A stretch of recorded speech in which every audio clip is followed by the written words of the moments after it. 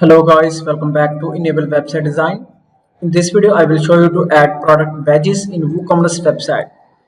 Here you can see these are all the products in my demo website.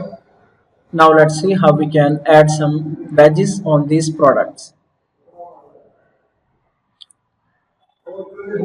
Here you can go and install a free plugin. You can type a keyword shop lantern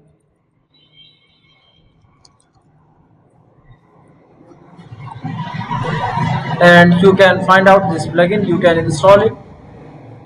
After installing, you can go back to the plugin settings, then click on modules, scroll down, and here you can find out product badges. You can enable this feature, and after that here we can create a new badge.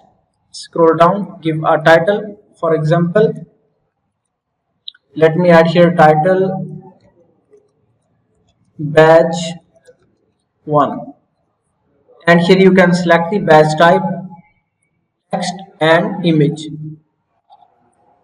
Here you can type the badge text, for example new. Then here you can customize that badge color and background color. After that you can select the badge condition for all products, for some particular products, for some category, whatever you want. Then after that let me select this option, all products, then click on save settings. Now let's go and reload this page. Now here you can see badge is added on all products.